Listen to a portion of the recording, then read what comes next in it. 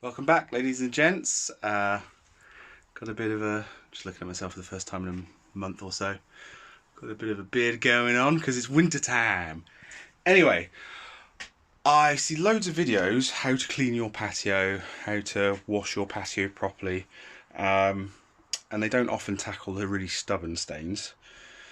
And when they do, it's not necessarily a really good demonstration.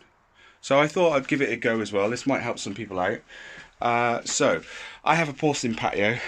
It's a right state, and it's white as well. It's actually like a really light grey. The problem with that is obviously it gets really horrible stains on it.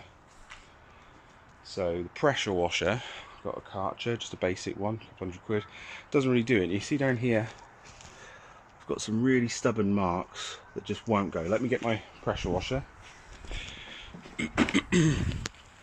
Give her a blaster-rooney.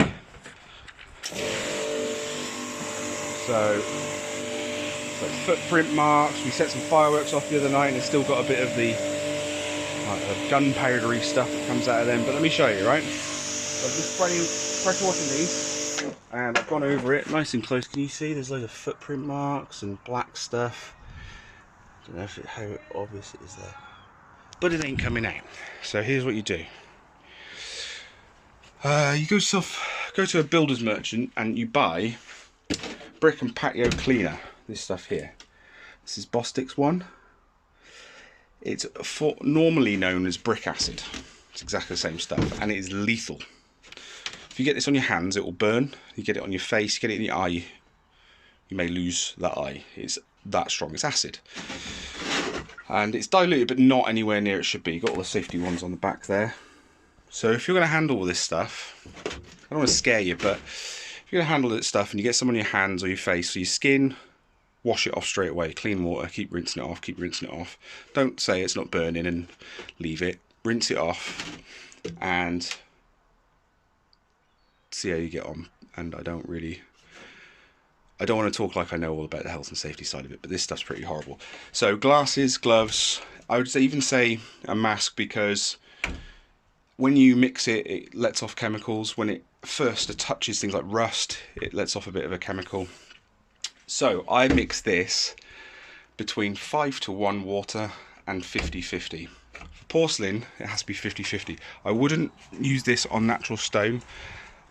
I would start in an inconspicuous area and do, say, 10:1 first, minimum, and then up it if it's having little effect. But you can ruin a natural stone, things like limestone, slate, sandstone. It's a bit whiffy. I wouldn't necessarily use it on that. But anything that's porcelain, non-absorbent, it's just surface area, that's what I do on. So here, I've got myself a little spear injection pump, and in here is 50-50. I've pumped it up. I'm going to get it on my grubby slab.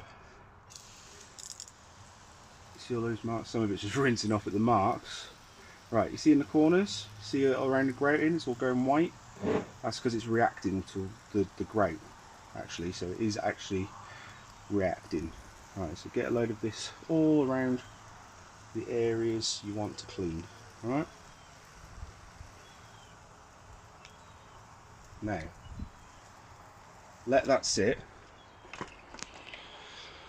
First time I say let it sit for 3 or 4 minutes, not too long.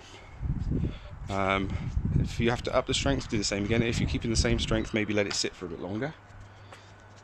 This is cement stuck to it. See, you'll see it react straight away.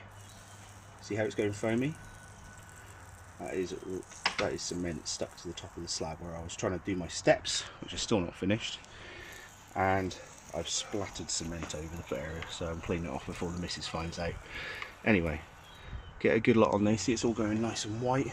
That means it's having a reaction. Alright? Hope you can see all that quite well. It's going down there. I have artificial grass. I have tested it on there.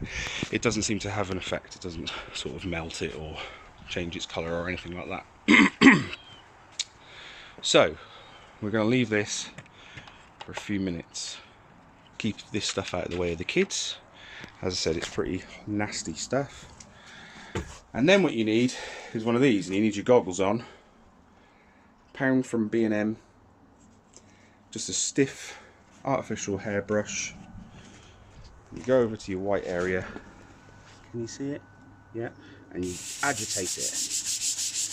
Agitate it, because what happens is it eats the first part of it, and that acid becomes redundant. So you've got to agitate it, and all that acid has loosened the top bit of it. So you agitate it, leave it for another minute or two. You can already see how much that's cleaning off, how it's all gone dirty. That's because it's all now taking the surface off and is eating its way into the next bit of dirt. Let's go to this bit over here. Here's our cement. Give it a scrub. It's come off a little bit. See that? Give it another scrub. Little bits. Might have to scrape. In theory, they should come off nicely as well. But let's give it a scrub. That's almost gone. Leave it a bit longer. We'll give it a bit more of a scrub. I'm trying to do this all in one take so that there's no hidden bits, just to make it look good. Come back to my other slab. Scrubbing some more. It's not easy, but I would say that's done. I'll try not to clean too much of the slabs around it. Then get your pressure washer. Give it another little blast off. Ready?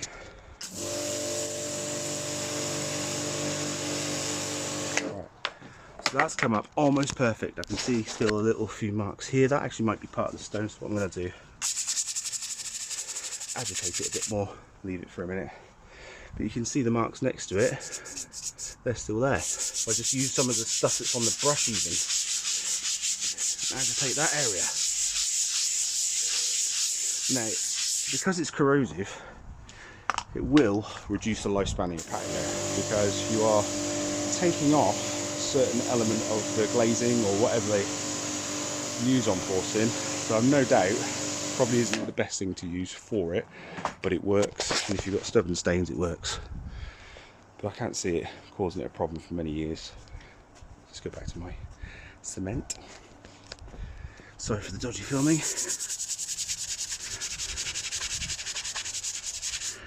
There we go. Now, I think that's cement, but when you get these really tough ones, you should be able to just now scratch them a little bit. It's all softened and delaminated. It's just still a bit tough. It's not dissolved it. It's just loosened it. But that cement is gone. Let's give it another little scratch. Doesn't need to be a wire brush or anything. Don't want anything too scrapey, especially if you've got dark colour porcelain.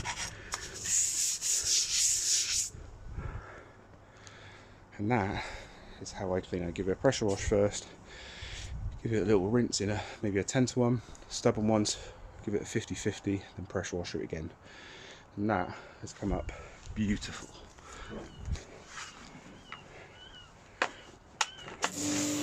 And look at the slab next to it. Okay, I've got a chip, I know. I've got a chip there and I've got a hole in my grout and stuff. This area isn't finished. You see that slab next to it? It's just not cleaning. So really, see there's another marker left, so I'll do that with this one as well. So this is back to the way it was at the factory. Like and subscribe.